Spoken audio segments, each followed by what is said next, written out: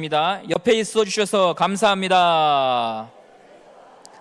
예, 감사합니다. 추운 날씨지만 여러분들이 함께 있어서 너무나 좋습니다. 예수님께서 최후의 만찬 자리에서 제자들에게 주신 말씀들이 13장부터 지금까지 14장, 15장, 16장으로 이어집니다. 예수님은 지난 시간에 14장 상반절 본문에서 내가 너희들을 위하여 거처를 예비하러 간다라고 말씀하셨습니다. 예수를 믿는 사람들이 거할 장소를 예수님은 준비하러 가신다고 말씀하셨습니다. 사람들은 반드시 죽음이라고 하는 필연적인 상황을 다 맞아야 되는데 그 죽음 이후에 가야 될 그 집을 우리 주님께서 예비하셨다라고 말씀하시죠. 전에 섬기던 교회에서 새가족으로 등록하신 분이 장의사였습니다. 장례의 모든 절차를 맡아서 담당하시는, 지금으로는 장례 컨설턴트 이렇게 말씀을 하시더라고요. 이분이 새가족으로 등록을 하셨습니다. 경상도는 불교세가 상당히 강합니다. 큰 절들이 도시 중간중간에 위치해 있습니다. 길거리 가시는 분들에게 전도하기 위해서 이렇게 이야기를 걸어보면 대부분 다 저희는 불교 집안입니다 이렇게 말씀을 하십니다. 템플스테이도 많고요, 불교 대학도 수시로 여기저기에서 열리는 곳이 그 지방입니다. 그런 분위기 속에서 나이 60 정도 되시는 남자분께서 교회에 스스로 발을 들여놓으셨다고 하는 것은 참 이상한 일이지요. 교제하는 중에 그분에게 여쭈어 보았습니다. 어떻게 교회에 오실 생각을 했습니까? 제가 산 사람만큼 죽은 사람을 많이 보는 직업입니다. 그런데 염을 할 때 한 가지 제가 깨달은 게 있습니다. 기독교인들의 시신을 염을 해보면 시신이 좀 다릅니다. 부드럽더라고요. 그리고 얼굴이 평안합니다. 다 그런 건 아니지만 보편적으로 기독교 장례 하는 분들의 염을 해보면 자기가 다르다고 하는 것을 보았다는 거예요. 이런 것을 보고 경험하니 교회에 가야겠다라고 하는 생각을 하셔서 스스로 교회에 등록을 하셨던 것입니다. 왜 그리스도인들이 죽고 나서 그 시신을 염을 때 그 신체 마디마디가 부드럽고 얼굴이 일반 사람보다 온화한 것을 그분은 보셨을까요? 믿음 속에서 성도들이 소망 중의 삶을 마감했기 때문에 그 차이를 그 어르신이 본 것이었죠. 가는 길을 분명히 알고 소망 중에 하나님이 자기를 영접할 것을 믿고 그리스도인들이 이 세상을 떠난 것이었습니다. 죽음은 누구도 해결할 수 없는 숙제입니다. 대신해 줄 수 없습니다. 중국의 최고 권력자였던 황제 진시황을 아시죠? 최초로 황제라고 하는 칭호를 사용하는 사람으로서요, 수많은 나라로 쪼개진 그 중국을 제패했던, 하나로 통일했던 엄청난 권력을 가진 황제였습니다. 그가 살아생전에 지었던 만리장성은 지금도 많은 사람들에게 관광지로서 유명하지요. 그럼에도 이 황제가 극복하지 못한 한 가지가 죽음이라는 거 여러분도 잘 아실 것입니다. 영원히 살고 싶어서 불로초를 찾아오라고 신하들을 보냅니다. 제주도에 가시면 정방폭포라고 하는 유명한 관광지 다들 가보셨을 것입니다. 이 폭포가 유명한 이유는 진시황이 불로초를 찾아오라고 보낸 서불이라고 하는 신하가 거기에 왔다, 다녀갔다라고 하는 흔적이 있어서 명소로 알려져 있습니다. 물론 서불은 불로초를 찾지 못한 채 돌아갔고 그가 쓰고 남겼다던 글자만 정방폭포 한 벽에 남아 있습니다. 결국 진시황은 병으로 이른 나이에 죽게 되고 그가 가지고 있던 권력은 이후 수많은 사람들의 전쟁으로 쪼개지고 말지요. 죽음은 과거로부터 지금까지 인간을 주눅들게 만드는 단어입니다. 그런데 예수님께서는 자기를 믿는 제자들, 그리고 자기를 믿고 영접한 사람들에게 내가 너희의 거처를 예비했다라고 말씀하십니다. 가봐야 하는 것이 아니라 가야 할 곳이 너희들은 분명히 정해져 있다고 말씀하십니다. 하나님과 함께 영원히 교제하며 사는 것이 성도의 운명이라고 하는 것이죠. 요한복음 14장 2절 말씀을 함께 보도록 하겠습니다. 14장 2절입니다. 시작. 내 아버지 집에 거할 곳이 많도다. 그렇지 않으면 너희에게 일렀으리라. 내가 너희를 위하여 거처를 예비하러 가노니. 아멘. 성도는 가야 할 본향이 있습니다. 그것을 주님께서 확인해 주셨습니다. 그런데 오늘 이 2절의 해석을 여기서 한 걸음 더 나아가려고 합니다. 2절 말씀은 단지 죽음 이후에만 성취되는 말씀이라고 보편적으로 이해되어 왔습니다. 그러나 이 말씀은 오늘 여기서도 누릴 수 있는 말씀이다라고 하는 거죠. 만일 기독교의 약속이 죽음 이후를 위해서만 주어지는 약속이라면 오늘 현실이 고달프고 내일 당장 해결될 문제가 있어야 되는 사람들에게는 이런 약속의 말씀이 잘 들리지 않을 수도 있습니다. 성도에게는 미래도 소중하지만 지금 오늘도 소중합니다. 오늘을 살고 고민하고 걸어가는 것이 인생입니다. 미래만 이야기하고 과거만 추억할 수 없지요. 지금 맞닥뜨린 펼쳐진 이 현실에서 하나님은 나한테 무슨 말씀을 하시는가? 사실 이것이 우리에게 더 궁금한 내용 아니겠습니까? 그렇다면 거처를 예비하러 가셨다는 이 말씀이, 나에게 거처가 있다고 하는 이 말씀이 오늘 어떻게 우리의 현실과 연결되는가, 그것을 여러분들과 나누고자 합니다. 예수님은 십자가에서 죽으시고 그리고 부활하시고 하늘로 승천하셨습니다. 그러면 예수님은 우리 곁에 계시지 않습니다. 우리 곁에 계시지 않습니다. 하늘로 올라가셨기 때문이죠. 그런데 이 예수님께서는 이곳에 계실 때, 이 땅에 계실 때 한 가지 약속을 하셨습니다. 마태복음 28장 20절 말씀을 함께 보도록 하겠습니다. 마태복음 28장 20절입니다. 시작. 내가 너희에게 분부한 모든 것을 가르쳐 지키게 하라. 볼지어다 내가 세상 끝날까지 너희와 항상 함께 있으리라. 세상 끝날까지 너희와 항상 함께 있겠다. 이게 예수님의 약속입니다. 그러나 그 주님은 이 약속을 남겨놓고 하늘로 올라가셨습니다. 하늘로 올라가신 예수님은 어떻게 성도와 교회와 함께 하실 수 있으실까요? 그 답은 바로 성령님을 통하여서 우리와 함께 계십니다. 성령님을 통해 성도는 예수님과 연결이 됩니다. 누구와 함께 있는 거라고요? 성령님입니다. 성령을 통해 예수님은 내 안에 계시고 여러분 옆에 계신 성도 안에 계시고 우리의 모임 중에 계시고 교회 가운데 계십니다. 성도 개인이 예수님의 거처가 된 것입니다. 놀라운 신비지요. 한국에서 8,000km 떨어져 있는 이스라엘의 예루살렘 성전으로 가야 하나님의 집이 있는 것이 아니라 예수님이 우리 안에 계십니다. 내 안에 계시고 내 옆에 있는 성도 안에 있고 우리 가운데 계십니다. 잘 아시는 고린도전서 3장 16절 17절 말씀을 보도록 하겠습니다. 고린도전서 3장 16절 17절입니다. 시작. 너희는 너희가 하나님의 성전인 것과 하나님의 성령이 너희 안에 계시는 것을 알지 못하느냐? 누구든지 하나님의 성전을 더럽히면 하나님이 그 사람을 멸하시리라. 하나님의 성전은 거룩하니 너희도 그러하니라. 하나님의 성령이 우리 안에 있다, 너희 안에 있다고 말씀하십니다. 성령님을 통해서 예수님이 우리와 함께 계시고 예수님이 우리와 함께 계십니다. 이게 놀라운 신비입니다.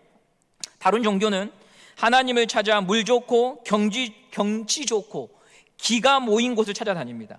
신과 소통하고 신과 합의를 이루기 위해서, 신께 기도를 드리기 위해서 명소를 찾아다닙니다. 그것이 일반적인 종교의 모습이지요. 성지가 있고 성전이 있습니다. 거룩한 장소가 정해져 있습니다. 그곳에 가야 하나님을 만나고 그곳에 가야 거룩한 사람이 됩니다. 그런데 예수님이 우리에게 전해준 복음은 너가 나를 믿으면 너가 성전이다. 왜? 내가 네 안에 있으니까. 너의 안에 예수님이 계실 테니까. 예수님께서 우리 안에 계신다고 주님은 말씀하고 계십니다. 이게 여러분 얼마나 놀라운 신비입니까? 그래서 예수님이 요한복음 14장 2절에서 내가 거처를 예비하러 간다라고 하셨을 때 그 거처란 죽음 이후에 가게 될 하나님 나라를 의미하지만 더불어 예수님이 계시는 바로 교회, 그것을 의미합니다. 성도 개인을 의미합니다. 왜냐하면 예수님의 거처, 예수님이 거하시는 곳이 저 하늘나라뿐만이 아니라 성령을 통하여 오늘 우리 안에 있고 여러분 안에 있고 내 안에 있기 때문입니다. 이게 거처를 예비하러 가신다고 하시는 예수님 말씀의 두 번째 의미입니다. 저와 여러분이 예수님의 거처입니다. 교회가 예수님의 거처입니다. 그러므로 이 거처는 죽어서만 가는 곳이 아니라 우리가 예수님을 믿음으로 말미암아 예수님이 지금 우리 안에 있다고 하시는 말씀을 이 말씀 안에 담겨져 담겨서 우리에게 말씀하고 계신 것입니다. 예수님은 제자들과 마지막 식사를 하시며 성령님에 대해서 말씀해 주십니다. 성령님, 제가 신앙을 배울 때 성령은 방언 기도의 능력을 주시는 분, 예언의 능력을 주시는 분, 병을 고쳐주시는 분으로 알고 배웠습니다. 그런데 성령님에 대해서 누구보다 잘 아시는 분이 예수님입니다. 성령님이 누구신가를 배우기 위해 주목해야 될 분은 예수님입니다. 왜냐하면 예수님을 통해서 성부 하나님을 알게 되고 예수님을 통해서 성령 하나님을 알게 되기 때문이죠. 우리가 예배의 마지막 순서가 강복선언, 축복선언, 축도라고 하죠. 그 기도를 목회자가 선포할 때 어떻게 합니까? 맨 처음에 주 예수 그리스도의 은혜라고 말합니다. 성부 하나님부터 먼저 나가지 않습니다. 주 예수 그리스도부터 시작이 됩니다. 왜냐하면 예수님을 통해서 하나님께로 갈 수 있고 예수님을 통해서 하나님의 복이 우리에게 오기 때문에 주 예수 그리스도가 먼저 선언이 되는 것입니다. 그러므로 성령에 대해서 알아가는 길도 다른 게 아닙니다. 예수님께서 성령님을 어떻게 말씀해 주셨는가, 거기에 우리가 들어야 될 답이 있는 것이죠.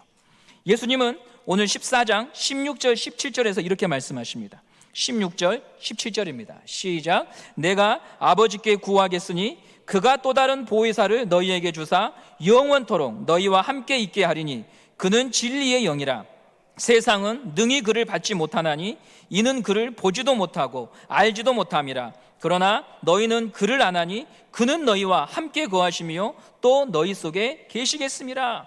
예수님께서 제자들에게 내가 떠나가면 누가 오신다고 말씀하시냐면 성령님이 오신다고 하십니다. 그리고 그를 일컬어서 무슨 성령님이라고 말하냐면 보혜사 성령님. 누구시라고요? 보혜사. 보혜사는 대변인, 변호자, 옆에서 말해주는 사람, 격려해주는 사람, 알려주시는 사람, 그게 바로 보혜사입니다. 예를 들어서 법정에서 변호사, 죄인을 향하여 대신 변호해주고 알려주고 말해주는 사람입니다. 저는 여기서 하나님의 사랑을 느낍니다. 성령님이 내 옆에서, 성령님은 하나님이신데 내 옆에서 그분이 뭐 해주시냐면 조언해 주신답니다. 옆에서 알려주신답니다. 그 말이 무슨 말이냐? 이 하나님은 나를 인격적으로 대우하신다는 겁니다. 귀신은 여러분 나를 지배해서 여기저기로 끌고 다닙니다. 거라사 광인에게 들렸던 군대 귀신, 무덤 사이에서 자기 몸을 해하며 미치광이로 살아갑니다. 귀신이 끌고 다닙니다. 귀신이 지배합니다. 그런데 성령님은 어떤 분이십니까? 하나님이신데 나에게 알려주시고 가르쳐주시고 조언해 주십니다. 종이 아니죠. 종은 자유가 없습니다. 선택할 수 없습니다. 그런데 자녀는, 친구는 선택할 수 있습니다. 그래서 예수님은 우리에게 너희는 나의 종이 아니야, 너희는 내 친구라고 하셨습니다. 하나님은 창조주이십니다. 세상에 존재하는 모든 생물과 무생물을 통틀어서 가장 높고 위대한 분이십니다. 그런데 그런 분이 나를 어떻게 대하십니까? 조언해 주십니다. 알려주십니다. 기억나게 해주십니다. 다시 가르쳐 주십니다. 나를 신방하십니다. 나를 찾아오십니다. 왜입니까? 나를 인격적으로 사랑하시는 하나님이시기 때문에 그런 것입니다. 여기서 조금만 올라가면 북한 아닙니까? 북한의 김정은 위원장이 백성 중 한 사람에게 무언가를 지시를 합니다. 이렇게 해. 돌아온 대답이 생각해 보겠습니다라고 하면 어떻게 될까요? 살아남을 수 없습니다. 3대가 멸할 것입니다. 그것이 인간 세상 속에서도 가능한 일입니다. 그런데 우리 하나님께서는 어떻게 하십니까? 성도를 지배하지 않습니다. 조언해 주시고요, 기다려 주시고요, 다시 말씀해 주시고요, 격려해 주시고 일으켜 주시고 다시 말씀하시며 나를 찾아와서 세워주시는 분이 우리 하나님이십니다. 나를 한 인격으로 사람으로 여겨 주십니다. 그래서 여러분, 성령님을 정말 마음에 담고 살아가는 사람, 성령에 이끌리는 사람, 성령의 내 안에 내주하고 계시고 임재함을 믿는 사람은 사람을 대하는 태도와 자세가 다를 수밖에 없는 것입니다. 왜냐하면 성령님이 그런 분이기 때문에 그런 것이죠. 정말 내가 성령에 충만하고 성령의 다스림을 받고 성령을 구하는 사람이라고 한다면 그 어떤 사람에게도 함부로 대할 수 없고 그 어떤 사람도 가볍게 대할 수 없고 성령님이 그 사람을 대하듯이 내 마음도 그를 무겁게 대하고 존중할 줄 아는 사람이 바로 성령 충만한 사람이라고 하는 것입니다. 오늘 여러분, 내 자신이 바로 이런 것을 통하여 내 안에 성령이 있는가를 한번 점검해 볼 수 있는 것입니다. 나는 내가 아래로 대할 수 있는 사람, 나는 내가 무언가를 이야기하고 지시할 수 있는 그 사람을 어떻게 대하는가? 나는 오늘 하루 타인에 대하여 어떤 마음을 가지고 살아갔는가? 그것을 우리가 확인하면 내 안에 성령이 정말 충만한가? 내 안에 성령의 은혜가 있는가를 우리가 볼 수 있는 것이죠. 오늘 우리가 여기까지 성도의 길을 걸어왔다고 하면 그것은 다 주님의 은혜입니다. 주님이 알아들을 때까지 기다려주시고 가르쳐 주셔서 우리가 여기 있는 것이죠. 만일 신앙이 나에게 달려있는 문제라면 우리는 다 실패했을 것입니다. 어려움 속에서 하나님 원망하다가 삶을 마쳤을 것입니다. 그러나 내 옆에서 날 떠나지 않고 끊임없이 사랑으로 말씀해 주시는 성령님이 계시기 때문에 우리의 믿음이 안전한 것이죠. 내 심지가 견고하고 나는 한 번 믿으면 끝까지 간다, 이런 태도가 아니죠. 사람은 갈대입니다. 흔들리는 나뭇잎입니다. 어제 다르고 오늘 다릅니다. 피로 맹세하고 서약을 해도 달라지는 것이 사람입니다. 이런 내 옆에 영원히 계시는 성령님 때문에 오늘 우리는 믿음을 지킬 수 있고 다시 하나님 앞에 나아올 수 있는 것입니다. 16절 말씀을 보도록 하겠습니다. 16절입니다. 시작. 내가 아버지께 구하겠으니 그가 또 다른 보혜사를 너희에게 주사 영원토록 너희와 함께 있게 하리니. 이 보혜사 성령님께서 언제까지 계십니까? 영원히 계십니다. 우리는 영원이라고 하는 개념을 이해할 수 없습니다. 유한하니까요, 변하니까요, 오늘과 내일이 다르니까요. 오직 하나님만이 영원하십니다. 그 하나님께서 옆에서 오늘도 말씀해 주시고 가르쳐 주시고 길을 보여주시고 회개케 하시며 그분께서 오늘 우리의 죽어 있는 것들을 다시 살려내셔서 하나님 앞으로 나오도록 인도해 주시는 것입니다. 시험에 빠지셨습니까? 회복할 수 없는 어려움에 처해 계십니까? 믿음이 끊어지셨습니까? 잘 오셨습니다. 여기에 성령님이 계십니다. 여기에 위로자가 계십니다. 여기에 여러분을 격려하시는 분이 계십니다. 여기에 우리를 다시 일으켜 세워주시는 분이 계십니다. 그것도 영원토록 옆에 계시겠다 말씀하시는 하나님이 이곳에 계십니다. 오늘 모든 성도들이여 그 하나님을 만나는 시간 되시기를 간절히 소망합니다. 오늘 여러분의 마음에 성령님이 들려주시는 말씀이 들릴 수 있는 시간 되기를 간절히 소망합니다. 그 성령님은 무엇을 들려주시고 가르쳐 주실까요? 요즘처럼 뉴스만 보면 경기가 좋지 않고 미래가 불투명하다고 말하는 이때에 나에게 투자할 곳, 경제적인 이득을 취할 수 있는 곳을 알려주시면 참 좋겠다, 그런 생각이 듭니다. 내 자녀가 어느 대학에 진학할지, 어떤 직장을 가져야 될지, 홍기가 찬 청년들에게 배우자를 알려주시면 더없이 참 좋겠습니다. 물론 성령님의 일하심은 사람의 생각으로 제한할 수 없어서 이 같은 인간의 요구와 바람을 들어주시기도 합니다. 그런데 우리가 앞서 살펴보았듯이 성령님이 어떤 일을 하시는가, 누구인가에 대해서 알려면 예수님의 말씀을 들어야 한다고 했습니다. 17절 말씀을 함께 보도록 하겠습니다. 17절입니다. 시작. 그는 진리의 영이라 세상은 능히 그를 받지 못하나니 이는 그를 보지도 못하고 알지도 못함이니라. 그러나 너희는 그를 아나니 그는 너희와 함께 거하시며 또 너희 속에 계시겠음이라. 아멘. 그는 어떤 영인가? 진리의 영입니다. 무슨 영이라고요? 진리의 영입니다. 그러면 여러분, 무엇이 진리입니까? 요한복음 14장 6절, 여러분이 잘 아시는 말씀, 내가 곧 길이요 진리요. 누가 진리입니까? 예수님이 진리입니다. 그렇다면 성령이 진리의 영이기 때문에 성령님이 결국 우리에게 오셔서 가르쳐 주시는 것은 뭐냐? 예수님의 말씀입니다. 예수님의 말씀을 기억나도록, 믿을 수 있도록 도우시는 분이 성령님이십니다. 앞서 이런 말씀을 드렸습니다. 성령님은 방언 기도를 하도록 능력을 주십니다. 병자를 고쳐주십니다. 예언과 환상을 허락하십니다. 그런데 가장 중요한 일은 그 모든 은사도 다 예수 믿도록 주신 것입니다. 그는 진리의 영이기 때문에, 그는 예수의 영이기 때문에 그런 것이죠. 바울은 고린도전서 13장 8절에서 이렇게 얘기합니다. 고린도전서 13장 8절 보겠습니다. 시작. 사랑은 언제까지든지 떨어지지 아니하나 예언도 패하고 방언도 그치고 지식도 패하리라. 아멘. 사람들이 자랑했습니다. 신앙의 공동체에서 주목받을 만한 은사를 가진 사람들이 다들 센 척했습니다.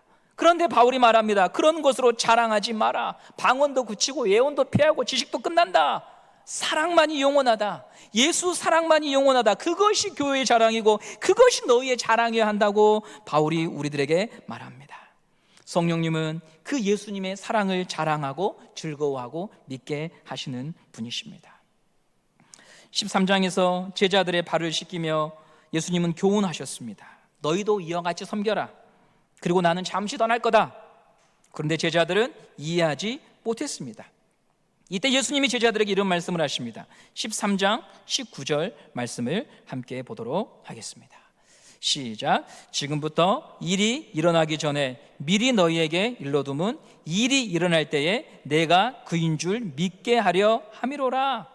지금 너희들은 못 믿어, 이해하지 못해. 그런데 깨달을 날이 반드시 온다. 그 일을 하시는 분이 바로 성령님입니다. 제자들이 예수님께 들은 말씀을 믿도록 도와주십니다. 성도 여러분, 하나님의 말씀이 여러분의 가슴에 떨어질 때의 감격들 다들 가지고 계시잖아요. 처음 들었던 말씀이기 때문에 놀랍기도 했지만 늘 들었던 말씀이 새롭게 다가올 때 이런 의미였구나, 어쩜 이렇게 내 상황에 꼭 맞는 말씀을 주셨을까 하는 감격, 그게 바로 성령님이 하시는 일입니다. 주일에 집에 손님이 한 명 왔습니다. 전에 가르치던 학생이 마산에서 내려와서 하룻밤 묵었습니다. 우울증이 심한 친구입니다. 약을 먹습니다. 신기한 경험한 것을 하나 저에게 들려주었습니다. 예배 시간에 말씀을 전하시는 목사님께서 설교 중에 여기 구절 저기 구절을 찾아보자고 같이 읽어보자고 했는데 한 구절이 마음에 확 빨려 들어오는 거예요. 그 구절에 무슨 단어가 있냐면 이제는 밤이 없겠고 라고 하는, 다시 밤이 없겠고.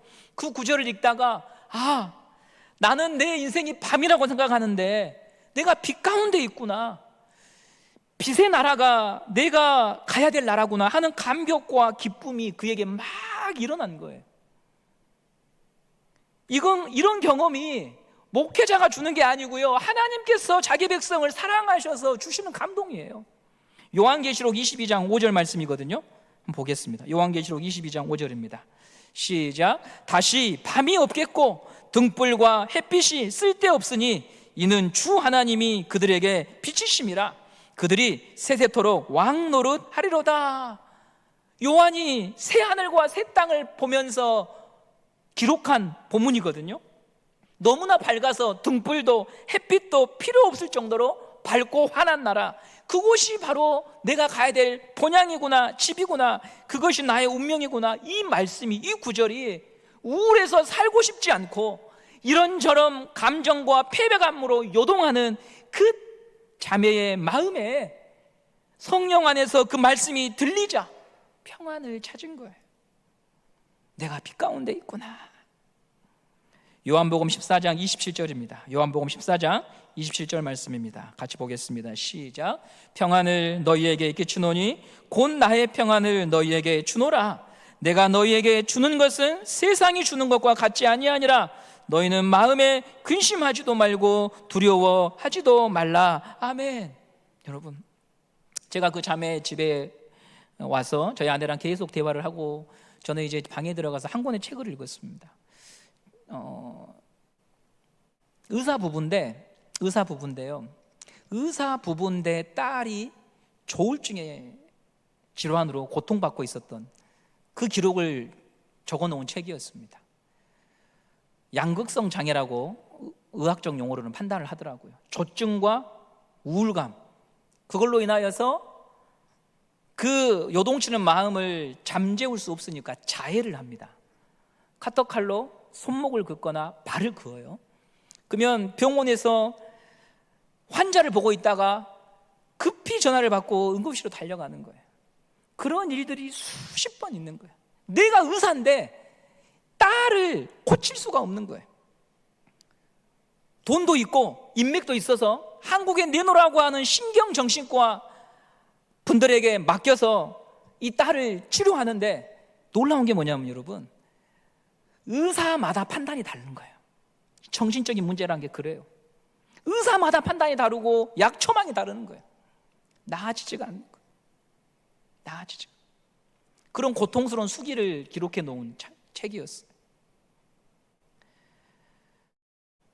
다 가지고 있지만 해결할 수 없는 인생의 문제. 오늘 우리에게도 사실은 그런 일들이 있거든요. 남들에게 다 터놓지 못한 인생의 문제들이 있거든요. 그럴 때 여러분, 우리는 어디로 달려갈 수 있습니까? 나의 거처를 예비하시고 내 안에 계신 하나님 앞에 우리가 아버지, 저를 좀 도와달라고 나와야 하는 것입니다. 오늘 주말하기가 예배전 찬양으로 내 모든 시험, 무거운 짐을 주 예수 앞에 아뢰이면, 오늘 여러분 그런 시간이 되기를 간절히 원합니다.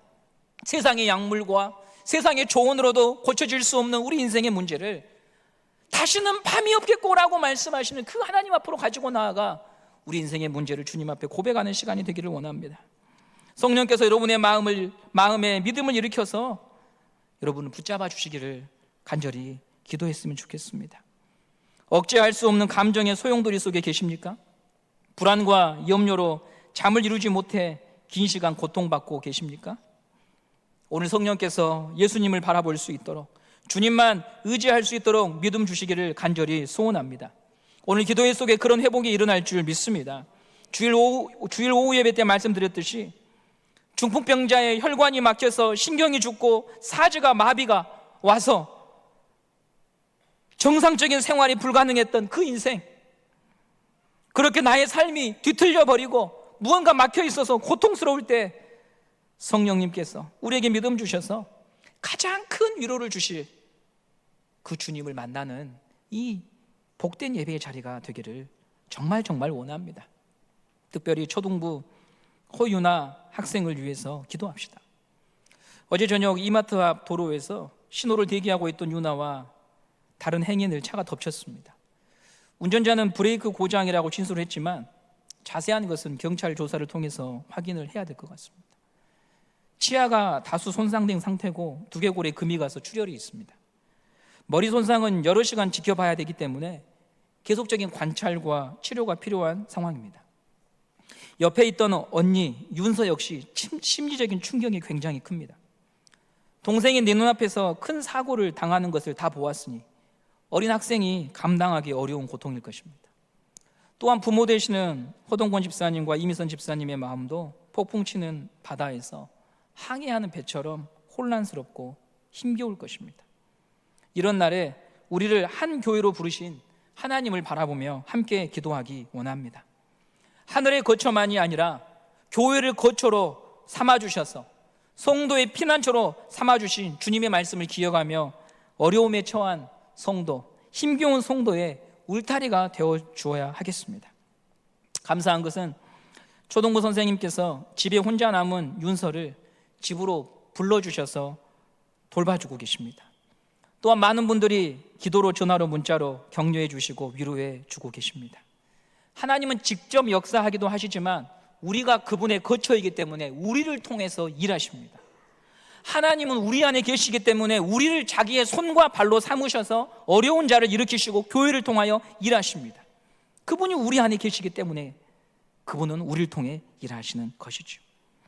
우리를 거처로 삼으셔서 일하기 원하시는 그 하나님의 마음과 뜻을 알아 우리 은성교회의 모든 성도들이 위로자와 격려자로 24년 살아가시기를 간절히 소망합니다.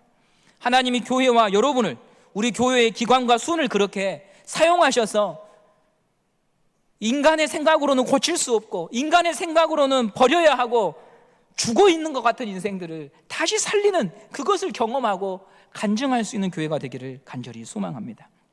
하나님이 한 사람을 버리지 않고 끝까지 사랑한다는 것, 나를 통해서 그 일을 하고 싶어 하신다고 하는 것, 우리가 그 소망을 잊지 맙시다. 교회를 통하여 하나님이 그 일을 하고 싶어 하십니다. 거기에 교회를 세운 목적이 있고 순을 조직한 목적이 있고 교회 가운데에 나를 충성되이 여겨 직분을 주신 목적이 있는 것입니다. 부디 여러분의 인생이 평가자가 아니라 보혜사 성령님처럼 격려자, 위로자가 되어서 이렇게 인생의 풍파를 맞은 성도들의 위에 함께 울 때 같이 울고 기도하며 누군가의 눈물을 닦아주는 우리 모든 교우들 되시기를 간절히 소망합니다.